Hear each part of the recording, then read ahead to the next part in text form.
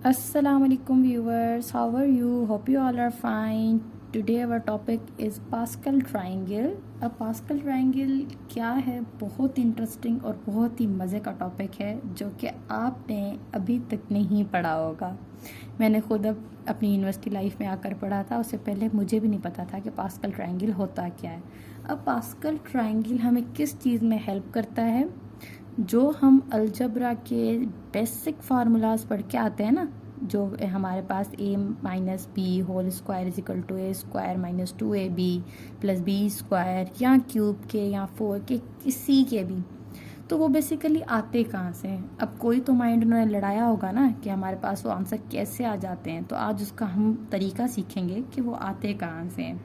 Pascal triangle वो method है जिससे हम इजीली ढूंढ सकते हैं कि 5 हो अगर पावर तो उसका हमारे पास फार्मूला क्या होगा, 6 हो तो क्या होगा, 3 हो तो क्या होगा। ठीक है, तो अब आपने समझना है। सबसे पहले हमने पास्कल ट्रायंगल में यहाँ पर सेंटर में 1 लिखना है।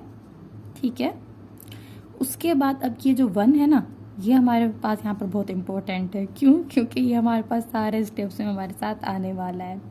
जैसे कि अब हमारे पास जो ये 1 है, सेकंड स्टेप में आप 1 यहाँ पर भी लिखेंगे और ये 1 यहाँ पर भी लिखेंगे। अब हमारे पास इन दोनों को प्लस करें तो आंसर क्या आ जाता है, 2 आ जाता है। मतलब यहाँ इन दोनों को प्लस करेंगे, यहाँ इन दोनों को आपस में प्लस करें तो आ गया 2। अब क्या करना है आपने, ये 1 यहाँ पर सेम और ये 1 यहाँ पर आपने सेम लिखना है। अब आप जब 2 और 1 को ऐड करेंगे तो आंसर आ गया 3।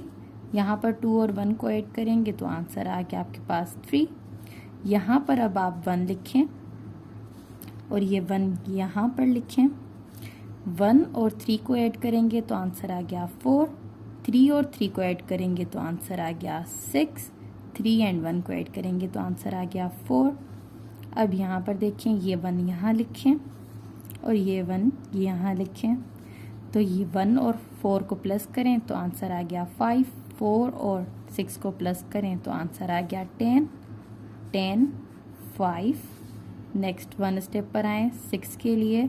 यहाँ पर 6 15 20 15 6 एंड 1। यहाँ पर 1 लिखें। यहाँ पर आप करें 7।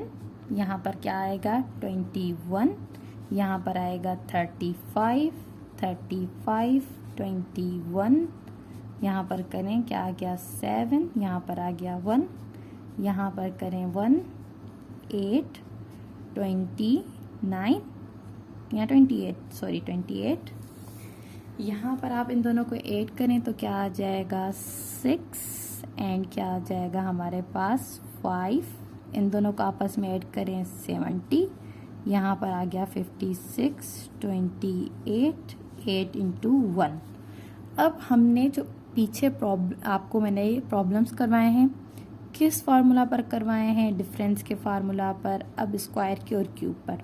अब देखें एक चीज़, सबसे पहला हमने पढ़ा था a plus B whole square is equal to A square plus 2ab plus B square, ये पढ़ाया था मैंने आपको। अब ये देखें, इसका कोएफिशिएंट क्या है 1 है, इसका कोएफिशिएंट क्या है 1 है। 1 2 1 कहाँ पर लाया कर रहा है, यहाँ पर, जी हाँ। अब आपको जब डिफरेंस में साइन, अब यहाँ पर तो एडिशन है ना, लेकिन अगर जब हम डिफरेंस करते हैं तो एक चीज़ हमने क्या पढ़ी है कि हमने क्या किया है, हमने वहाँ पर डिफरेंस का फार्मूला यूज़ किया है, मतलब अल्टरनेटिव साइन। अब यहाँ पर अगर ये प्लस है तो सेकंड साइन हमारे पास क्या आने वाली है, माइनस आने वाली है, फिर हमारे पास प्लस आने वाला है। ये पढ़ा था। क्यूब में भी सेम किया था। क्यूब में हमने क्या किया था, a प्लस बी क्यूब। अब हमने क्या करना है, यहाँ से देखें 1 3 3 1। अब आप याद करें, हमने पढ़ा था a cube minus 3ab square plus 3ab square minus B cube. तो देखिए 1 3 3 1 आ गया।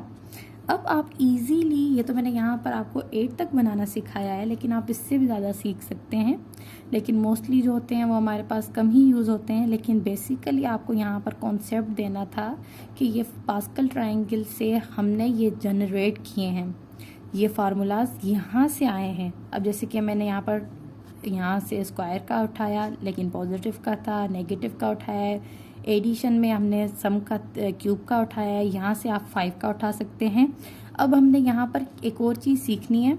अब हम देखें यहाँ पर जब क्यूब का फार्मूला पढ़ रहे थे तो आप ये देखें, पहले 3 जो था वो हमारे पास क्या था, यहाँ पर 3 है ए, फिर 2 है, फिर 1 है, फिर है ही नहीं।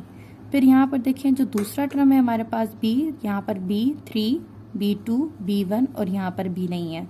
अब सेम ही अगर हम क्या करेंगे, A प्लस B 5 करेंगे तो आप क्या करेंगे, सबसे पहले 5 का कोएफिशिएंट 1 है तो यहाँ पर A माइनस, अब यहाँ पर प्लस है तो सारे पहले तो प्लस के ही आएंगे, 5 करें